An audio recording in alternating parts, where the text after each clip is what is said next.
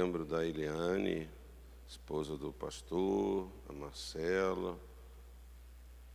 Várias pessoas fizeram aniversário no mesmo dia, né? Amanhã é aniversário do Jorge. Cadê o Jorge? Está ali. Amanhã é Jorge. Você tem mãe, né, Jorge? Quem tem mãe, cara, tem tudo. Sua mamãe botou aqui, não, oração pelo meu filho, né? Que faz aniversário amanhã. Vamos agradecer a Deus. Você entende que a vida é uma bênção, né? A vida é uma graça. A vida é a coisa mais preciosa que nós temos, não é? E nós temos que saber contar os dias, viver a vida e celebrar cada dia da nossa vida com gratidão e com louvor a Deus. Vamos orar. Pai, nós queremos te agradecer pela vida do Jorge, que está aqui na tua casa e amanhã vai estar celebrando mais um ano de vida. Nós te damos graças pela vida dele, nós te damos graças pela vida de todas as pessoas, todos os irmãos, membros desta igreja, que aniversariaram esta semana, que terminou ontem, estão aniversariando, vão aniversariar. Que o Senhor abençoe e guarde, que o Senhor realize o desejo do coração.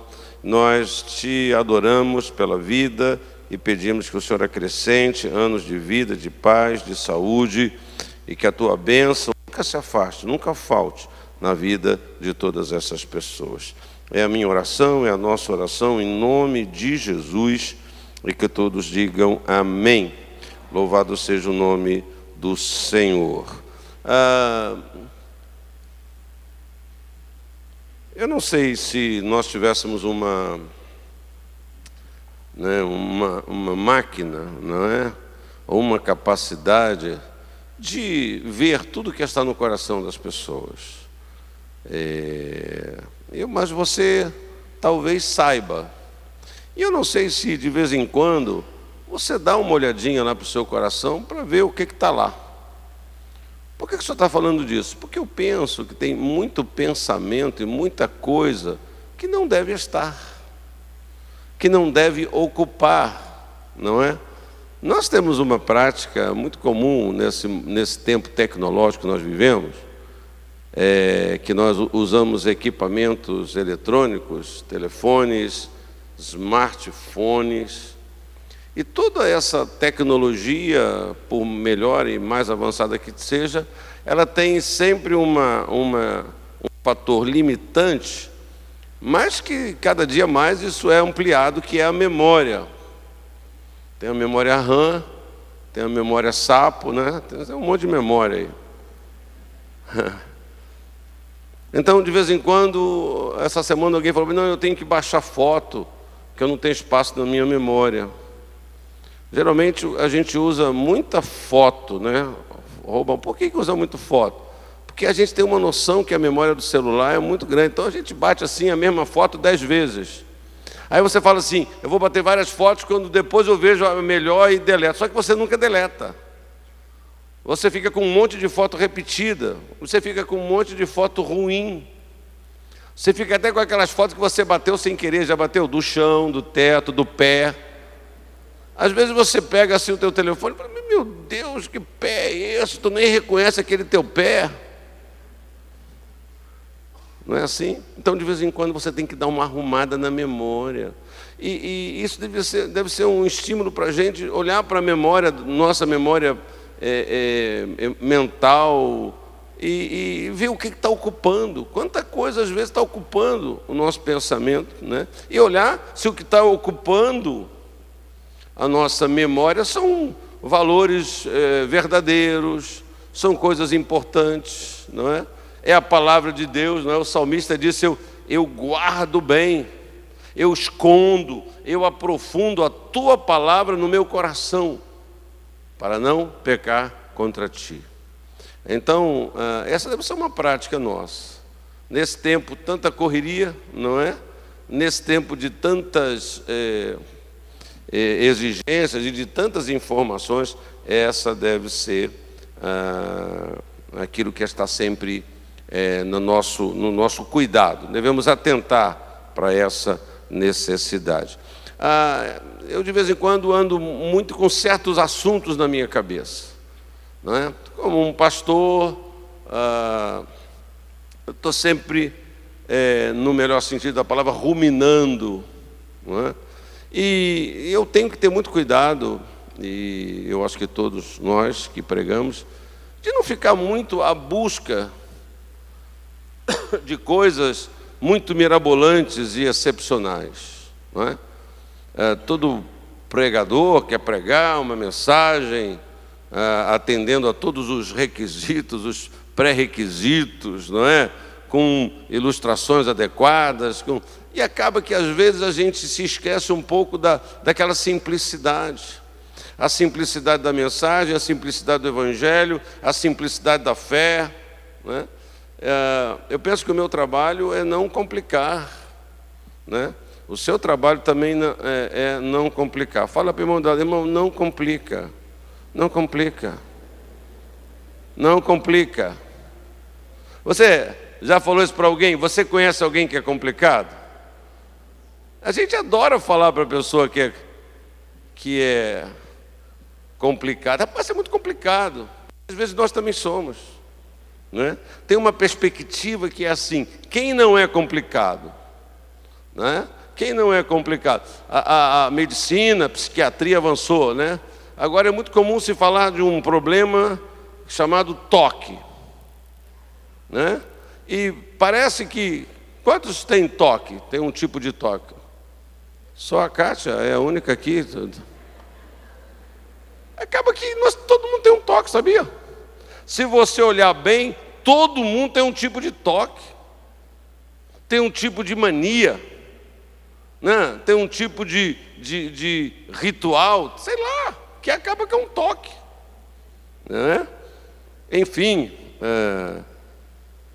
então, queridos, mas acaba que aí fica uma coisa muito complicada, né? Não é que isso chega a ser uma doença. Doença é quem tem esse problema num nível descontrolado.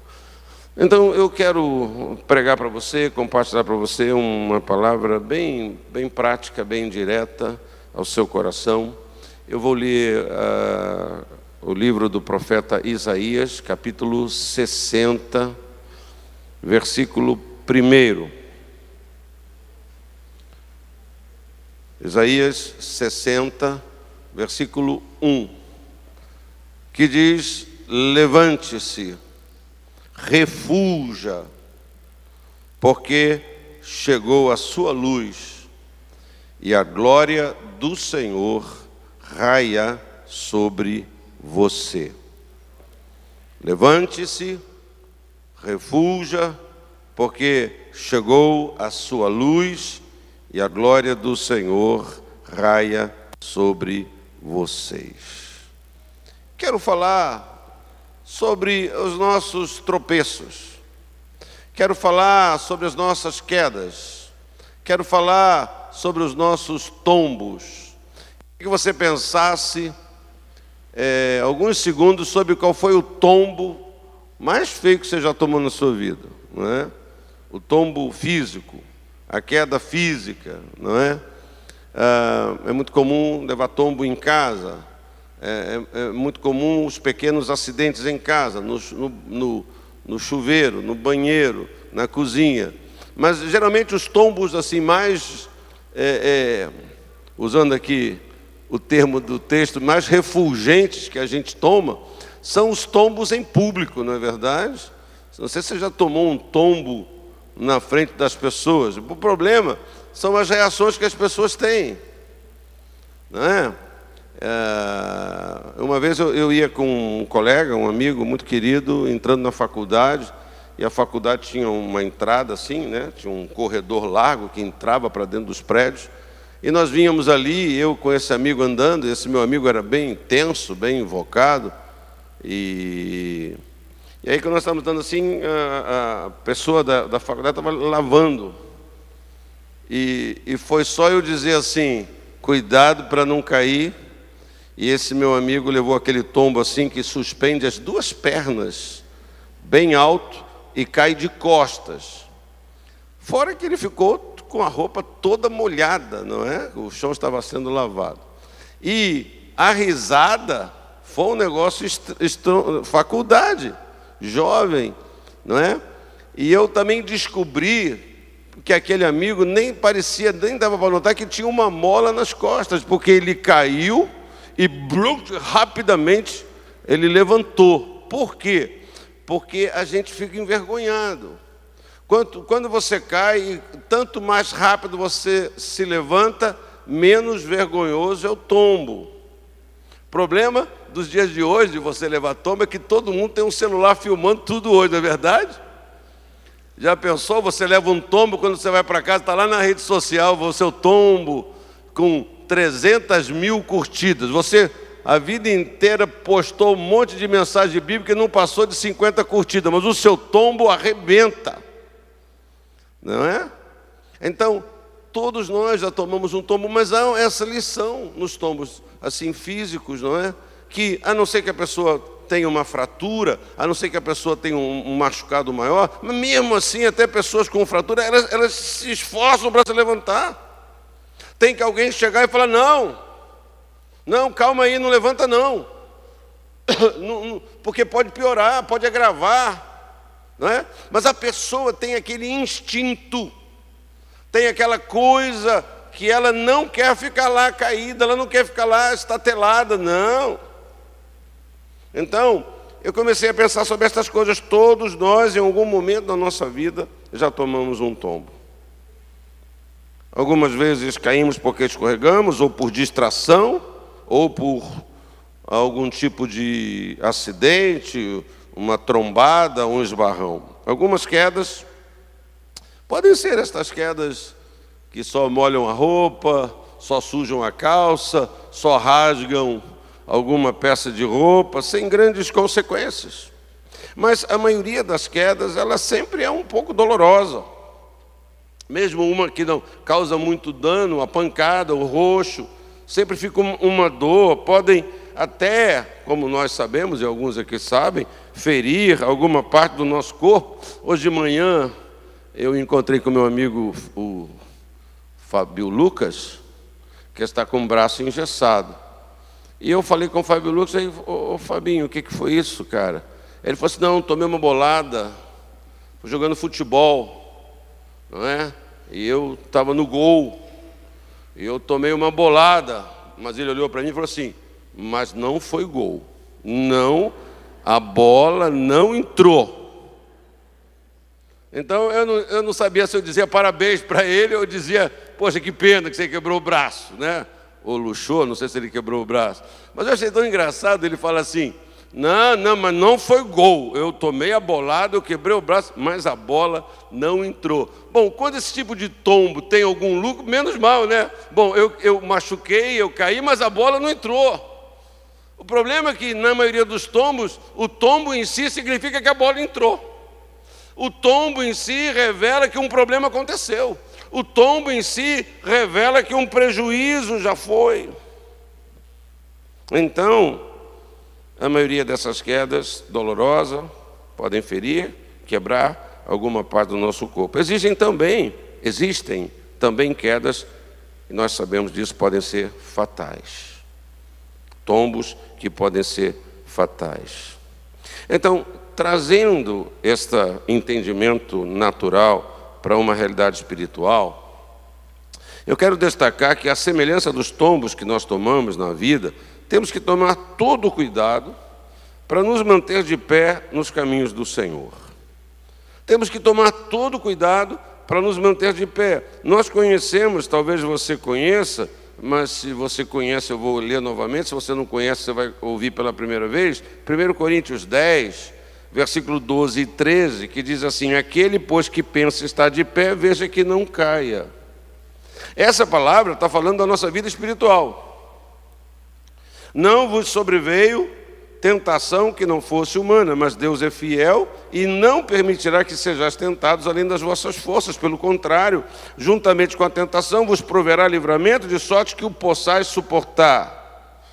Então, aquele, pois, que pensa estar de pé, veja que não cai. Talvez você, neste momento da sua vida espiritual, na sua vida com Deus, esteja de pé. E se você está de pé, espiritualmente falando, eu digo glória a Deus pela sua vida. Se você está de pé, eu levanto as minhas mãos e digo: louvado seja o nome do Senhor, que tem sustentado você de pé, que tem sustentado todos aqueles que de pé estão.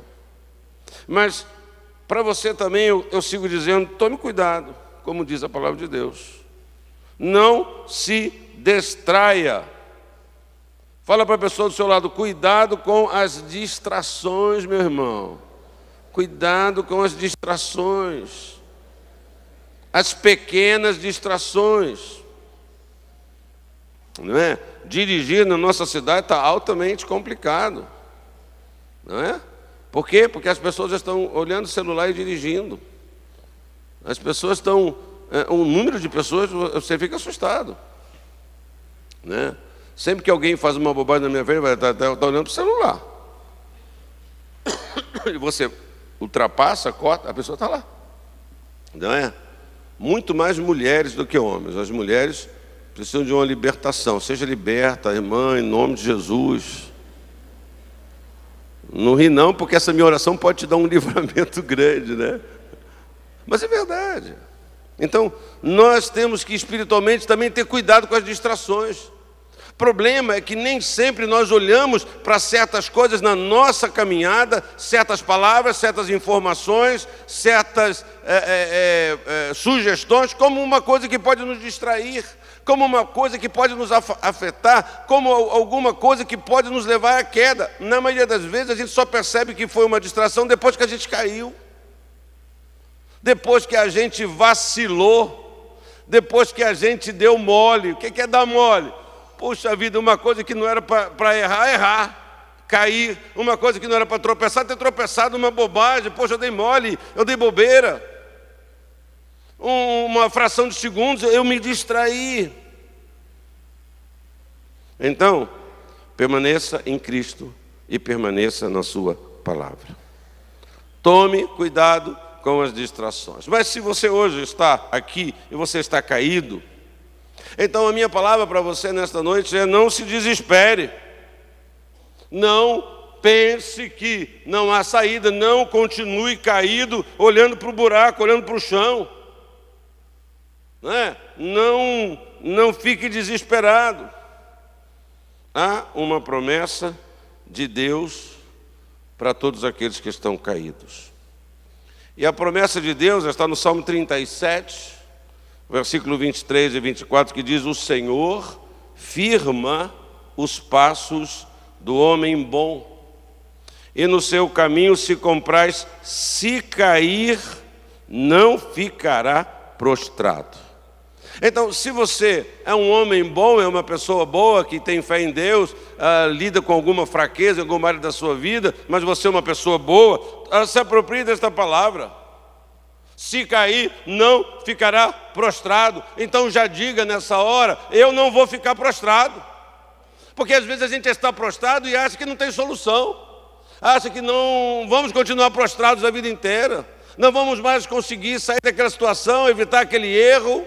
Parece que a esperança acabou, a saída acabou, a solução acabou, não tem mais jeito. Estamos agora condenados por causa de um tombo, por causa de uma distração. Não, a Bíblia diz, Deus diz: se cair não ficará prostrado, porque o Senhor o segura pela mão. Às vezes, a gente está caído e não tem ninguém para nos dar a mão, porque as pessoas nem conseguem ver que nós estamos caídos.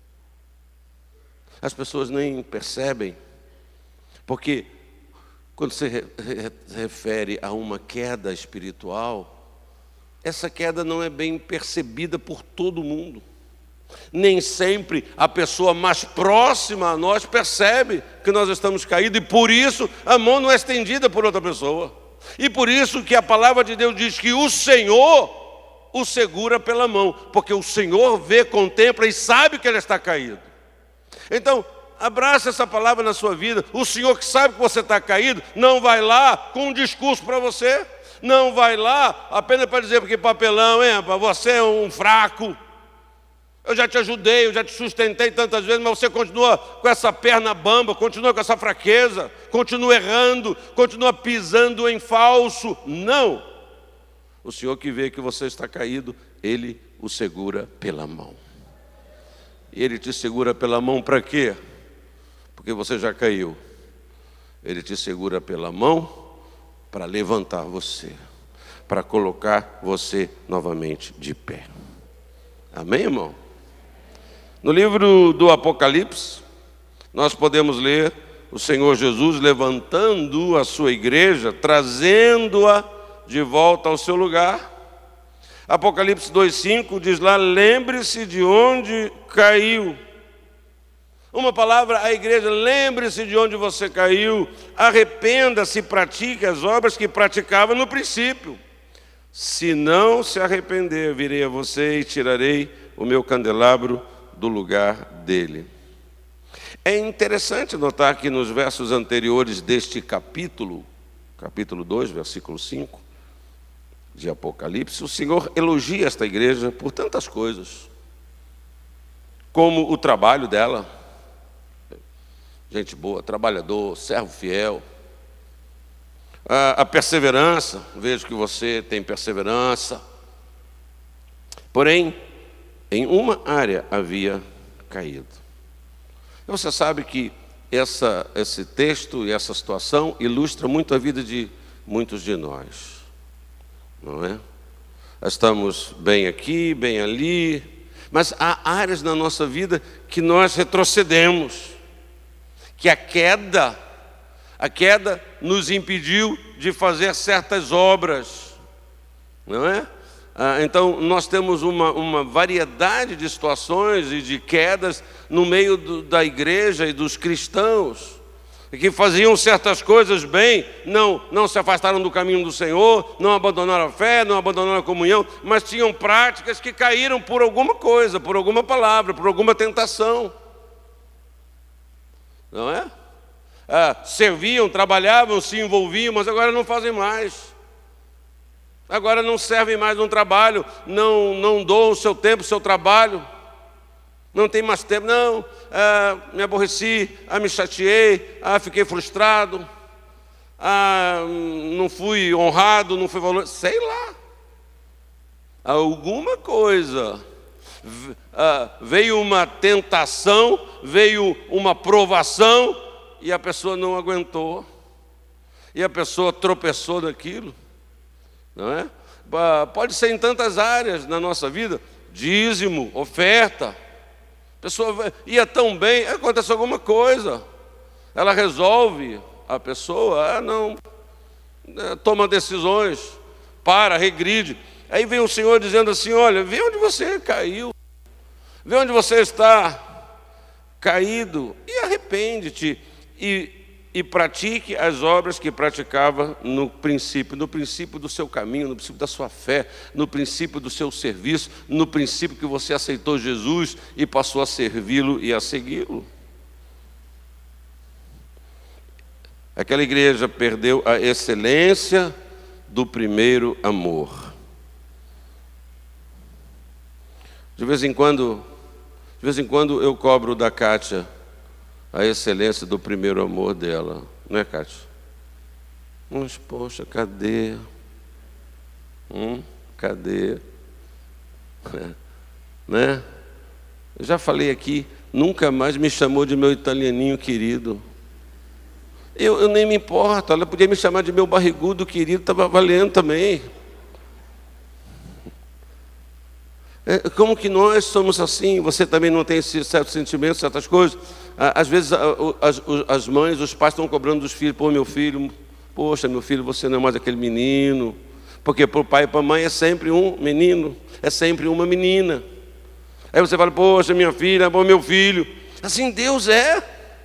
Deus olha para nós e se lembra quando nós aceitamos Ele, que era tudo simples, era tudo puro, era tudo verdadeiro. Mas infelizmente o tempo vai passando e a gente fica malandro, a gente adquire uma esperteza.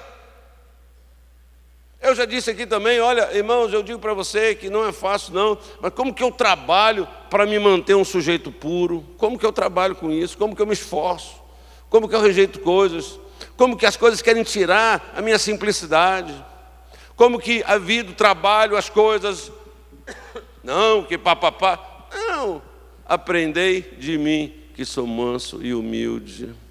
Conserva-se de uma maneira. Por quê? Porque isso aqui vai dar para a gente uma vida de liberdade. Uma vida, nem como que nós somos provados, como que nós somos tentados, né, a sermos malandros, a sermos espertos, né? E às vezes nós nos jactanciamos, nos orgulhamos. Não, comigo ninguém me engana, não. Não é?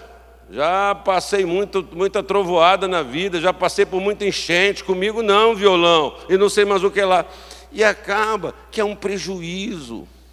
Há um prejuízo, há uma perda de valores tão importantes, não é? Ficamos, quanto mais esperto você ficar, mais estressado você vai ficar, mais tenso você vai ficar, mais fraco você vai ficar para os tombos, para as tragédias, para os embates, para as traições, mais duro você vai ficar.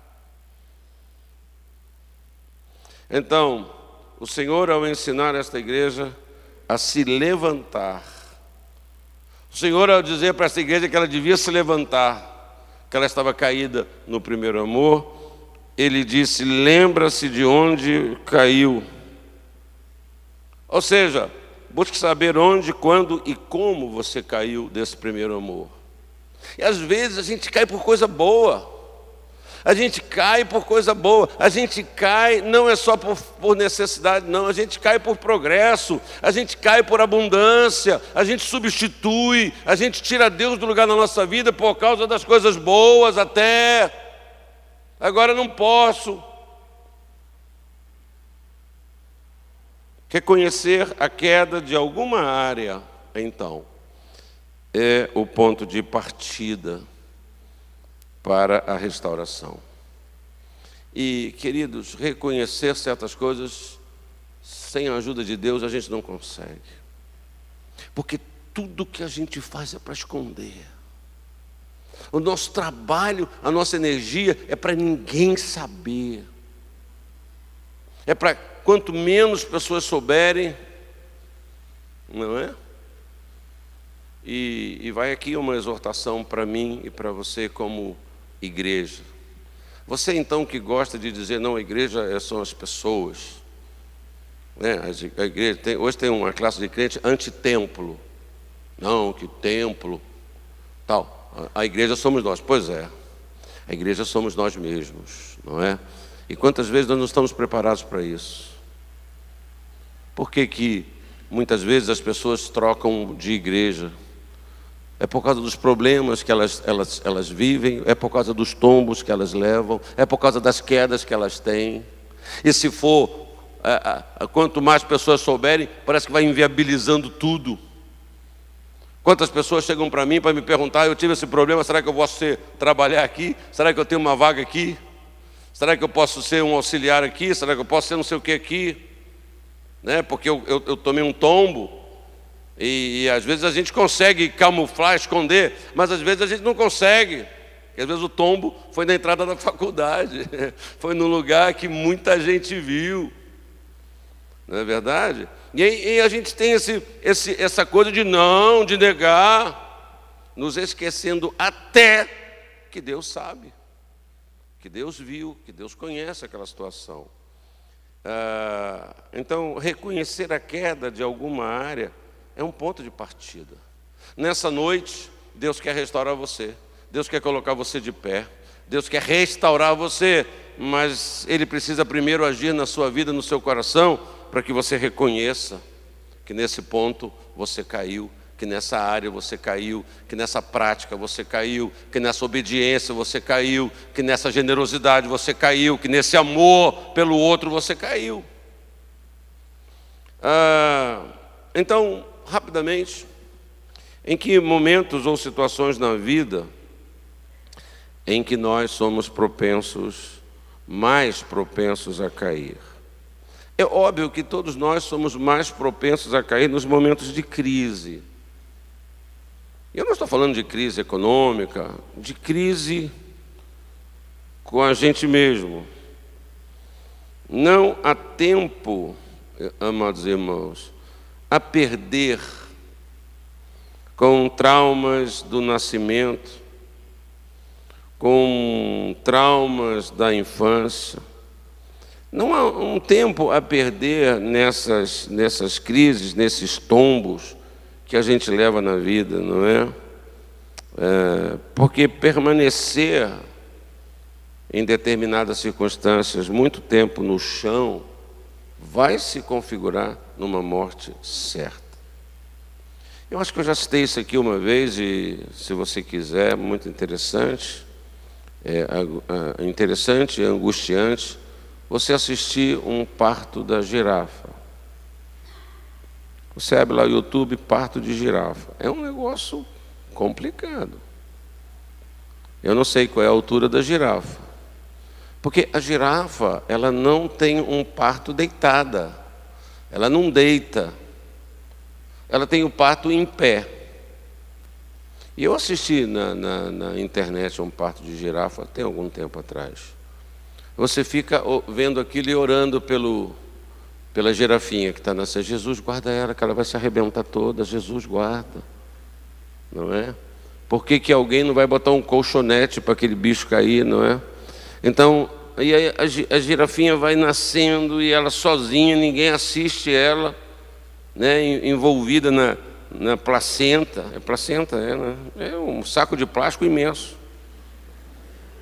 E aí o filhote desaba, cai no chão. E você sabe o que a mãe faz? Assim que ela cai no chão, a girafinha, a mamãe vai lá fazer tudo para ela ficar de pé. A girafa é um bicho que nasce e anda na hora que nasceu, já nasce andando. Eu pensei nos meus netos. Se vocês nascessem andando, já pensou? Hein? Mas a girafa, e aí ela vai lambendo ela, tirando lá a placenta e com o seu focinho, porque não pode ficar lá, porque no momento daquele nascimento da maior vulnerabilidade dela. Os predadores, o cheiro daquele parto, está tudo para ser atacada. Eu não sei se a mãe girafa também está fraca, está com esses problemas, né? Se ela tem TPM depois do parto, não é TPM não.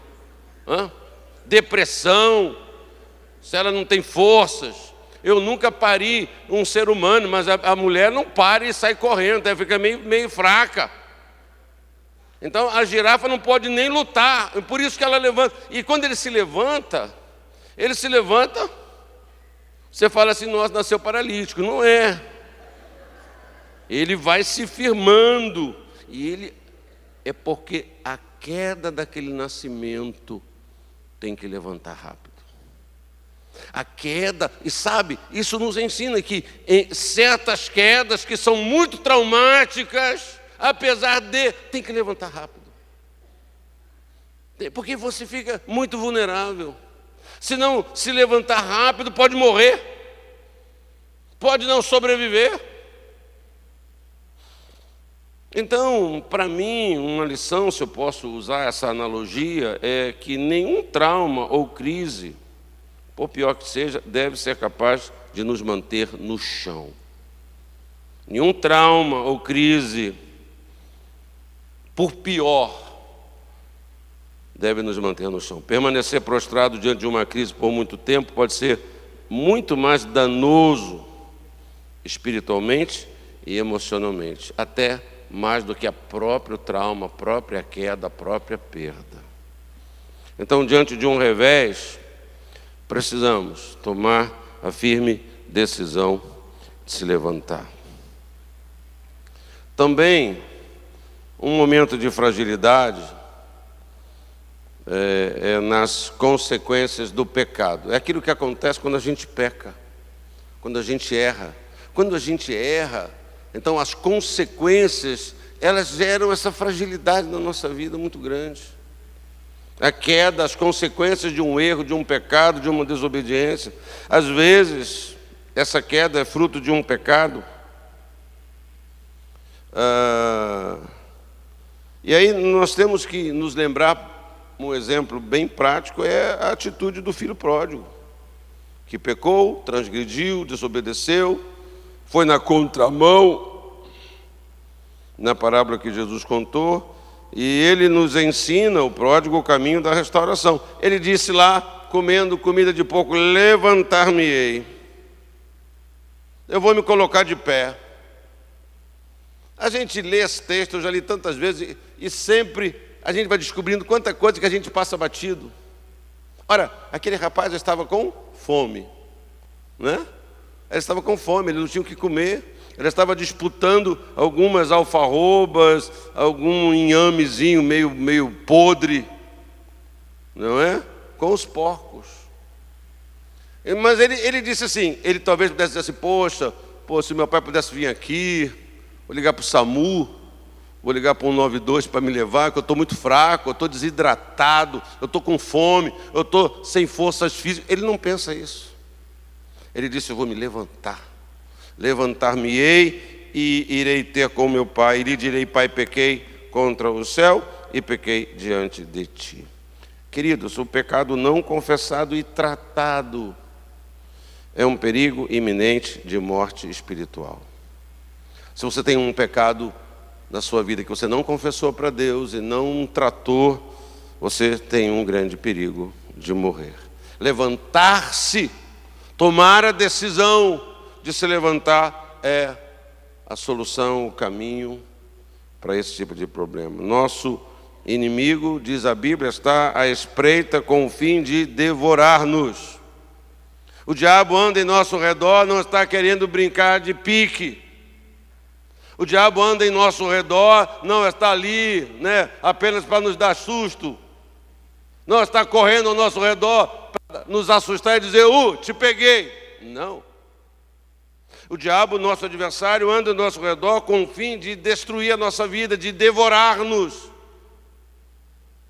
Por isso se faz urgente a necessidade de você levantar-se, o que implica, nesses casos, em arrependimento e em confissão. Pai, errei. Pai, me perdoa. Pai, restaura a minha vida. E é uma terceira área muito comum de nós cairmos, que são nas decepções e nas feridas. A queda, às vezes, não tem a ver com o pecado que se pratica, como a desobediência tem a ver com o fruto, o resultado de uma decepção, ou uma ferida emocional, ou um fracasso profissional, a perda de um emprego, um problema familiar, uma decepção amorosa. Cuidado para você não rapidamente julgar e condenar o outro, né? Às vezes a gente vê alguém que passa por uma decepção amorosa, que bobeira, isso, palhaçada, vai à luta, hein? Não é? Situações como estas podem lançar no chão a vida de uma pessoa cristã, sabia? Pode lançar no chão a vida de uma pessoa assim que serve a Deus, busca a Deus, talvez por um certo sistema de pensar que certas coisas nunca vão acontecer conosco. Você sabe que essa posição, que certas coisas nunca vão acontecer comigo porque eu sou crente, reto, fiel, é uma presunção, é uma arrogância, não é uma confiança. Eu sei que o Senhor é quem me guarda, eu sei que o Senhor está na minha vida, eu sei que Ele me livra do mal, eu acredito em todas as promessas de Deus, mas eu sei também que a chuva cai sobre todo mundo. Eu também sei que eu não fui elevado a uma classe especial de não sofrer nada, de não acontecer nada comigo. Não. Você pode ser a pessoa mais disciplinada e você escapar de muita coisa. Você pode ter uma atitude de vida com relação à sua saúde, boas práticas, você vai escapar de muita coisa, não vai sofrer. Mas aquela presunção espiritual que por causa da minha posição nada vai acontecer, nenhum problema eu vou ter na vida. Não é assim não. Essas situações, essas decepções, essas feridas têm jogado muitas pessoas no chão. Tem sido queda para muita gente. O passado faz com que muitas pessoas permaneçam prostradas e nós não devemos, você não deve admitir isso. Por alguma coisa do passado, você continuar caído. Por alguma coisa que aconteceu lá atrás, você continuar lá, achando que a sua vida agora vai se resumir a essa desgraça total, essa falta de alegria, essa falta de bênção, essa falta de paz, essa falta de tudo. E uma vida de frustração. Então faz-se necessário a decisão de deixar o passado, a decisão de não deixar o passado governar o nosso presente. O passado não pode governar o meu presente, muito menos o meu futuro. Por mais complicado que seja. Mas como é que vai ser isso? Você precisa se levantar. Quando a gente se levanta da queda do passado, a gente já está tomando novamente, de uma certa forma, a rédea das coisas, a nossa rédea interior, a nossa rédea do nosso sentimento, das nossas palavras. Isaías 43, versículo 19, eu leio: eis que faço coisa nova, que está saindo à luz, porventura não percebeis? Eis que porei um caminho no deserto e porei rios no ermo, onde não tem nada. Quantas vezes a gente está caído por causa de uma coisa do passado, a gente não enxerga nada. Você está dentro do buraco, olhando para o fundo do buraco, eis que faço coisa nova, que está saindo à luz, e você não percebe, e você não consegue enxergar. A gente não toma para nós nos excluímos de tudo, não tomamos para a nossa vida aquilo. Não, é comigo, é na minha vida, Deus vai fazer, Deus vai mudar, Deus vai curar, Deus vai libertar, eu vou me levantar. Esse impulso da fé. Os nossos olhos, os meus e os seus, precisam estar firmes, fixos no autor e consumador da nossa fé. Se você foi abatida nas suas emoções, o Espírito Santo lhe diz nessa noite: levante-se, minha filha, levante-se, meu filho. O mesmo Espírito que levantou Jesus dentre os mortos habita em você e é a capacitação interior para que você perdoe, para que você supere a ferida e para que você se levante. Em João capítulo 6, em João capítulo 5, dos versos 6 em diante, é narrada a história de um homem paralítico, havia 38 anos, cuja expectativa era de que alguém o levasse ao tanque quando as águas fossem movidas por um anjo. Aquele homem carregava uma decepção muito grande, por conta das pessoas e por conta de Deus. Jesus, ao vê-lo ali, compadeceu-se dele, mas não o carregou até o tanque. Poxa, coitado, que situação. Espera aí, deixa que eu vou com você agora. Corre, vamos lá. Não, Jesus não fez isso, não. Ele se compadeceu dele. O Senhor, então, podemos entender que não o tratou como um paralítico. Porque quando tem uma pessoa paralítica e a gente pega ela e carrega no colo e usa uma cadeira de rodas ou leva no colo até uma situação, nós estamos confirmando que ele é paralítico. Nós estamos confirmando aquela situação, mas Jesus não fez assim. O Senhor não o tratou como um paralítico, mas suas poderosas palavras dirigidas àquele homem prostrado foram: levante-se. Levante-se, pegue a sua cama e ande. Eu sempre me fascina a ordem. Podia dizer: levante-se, ande. Levante-se e ande, já que você está andando, vamos confirmar, pega a cama agora. Não foi essa a ordem.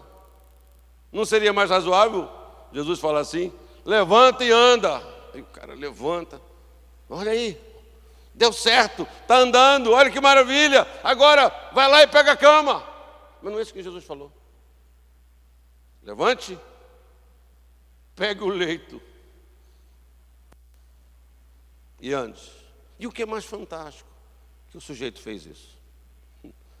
Então, o mais fantástico de Jesus dizer uma coisa dessa, aos olhos de todo mundo ali, um absurdo. Alguém podia dizer, mas esse Jesus é louco, esse Jesus é doido. Mas aquele paralítico também teve essa capacidade de obedecer.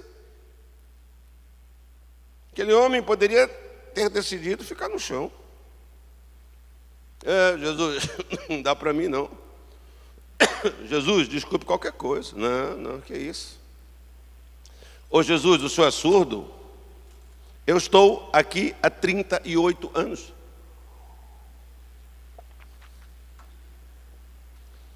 38 anos? Como é que é isso?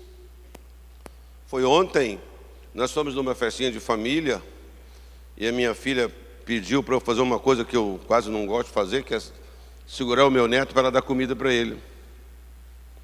E eu faço uma cadeirinha com as pernas, sentado, e boto ele sentado aqui nesse buraco. E assim fiquei, ela dando comida para ele e eu sentado, no sofá confortável. 15 minutos depois, eu falei assim, melhor tirar ele que eu já não estou sentindo a perna, minha perna ficou dormente. Não ri não, irmão, estou ficando velho, você está rindo aí. Aí eu tiro o garoto. Oi, aquele formigamento, precisei de um tempinho. 38 anos. 38 anos. Você acha que aquele homem tinha algum músculo? Será que tinha algum músculo inteiro na perna dele? 38 anos. Levanta. Toma o teu leito e anda. Quero dizer com isto que existe um poder tremendo na palavra de Deus, que é um poder tremendo na ação do Espírito Santo para levantar-nos. Ainda que o levantar implique em um processo, então seja perseverante. Mas é fundamental que você tome a decisão em fé. É necessário que hoje você tome uma decisão de levantar-se. Hoje mesmo, o Senhor quer tirar você do chão. E eu vou pedir que você feche os olhos, curve a cabeça. Eu creio que hoje, nesse lugar, é hora de ouvir a voz do Senhor. E é hora de você se levantar. É hora de você ouvir a voz do Senhor. E é hora de você se levantar. Eu pergunto para você, o que você está esperando? O que você ainda está esperando para se levantar? Para decidir. Os assuntos que têm a ver com a fé, elas, colocando de outra maneira, as coisas espirituais não são discernidas humanamente. As coisas espirituais não são entendidas materialmente. As coisas espirituais não são discernidas, compreendidas matematicamente. As coisas espirituais, elas não são entendidas a não ser espiritualmente, a não ser pela fé. Então, em nome de Jesus, levante-se nesta noite. Tome uma decisão. Tome uma decisão. Você pode, aquele paralítico pôde. Tantas outras pessoas puderam. O paralítico na porta do templo também pôde. Levante-se. Então, se você está tomando esta decisão, Aí mesmo onde você está, fique de pé fisicamente onde você está, dizendo: pastor, ora por mim. Pastor, me ajuda porque eu estou me levantando. Porque eu estou crendo na palavra de Deus. Eu estou acreditando que o Espírito de Deus está agindo na minha vida. Então levante-se. Você que está caído por um pecado, por uma falha. Não, mas Deus já me perdoou, pastor, eu já tratei. Você que sabe. Você é a única pessoa que pode dizer com certeza se isso já está resolvido ou não. Se não está, então resolva. Se não está, então tome uma posição. Quem sabe você está caído por alguma coisa, por um trauma, um abuso, uma decepção, uma traição. Você não fez nada. Você é servo de Deus, serva de Deus. Você está buscando a Deus, servindo a Deus, mas alguém fez alguma coisa. Alguém agiu de uma maneira e machucou profundamente você. E aquelas coisas todas que a gente diz: eu já pensei em largar tudo por alto, já pensei, eu nem sei porque que eu não me afastei. Foi porque você é uma pessoa de Deus e Deus segurou você, Deus sustentou você. Mas isso não é suficiente, é preciso que você se levante. É preciso que você creia que você não tem que viver o resto da sua vida amarrado a essa tragédia. Você não tem que viver a vida inteira preso com essa situação, que você foi só vítima. Então, se você quiser, eu vou orar por você na galeria também. Se você quiser, pode ficar de pé. Aleluia, aleluia, glória a Deus. Nós temos algum pequeno tempo ainda, então nós vamos cantar uma música. E você que já está de pé, curve sua cabeça, fale com Deus. Fale para Deus.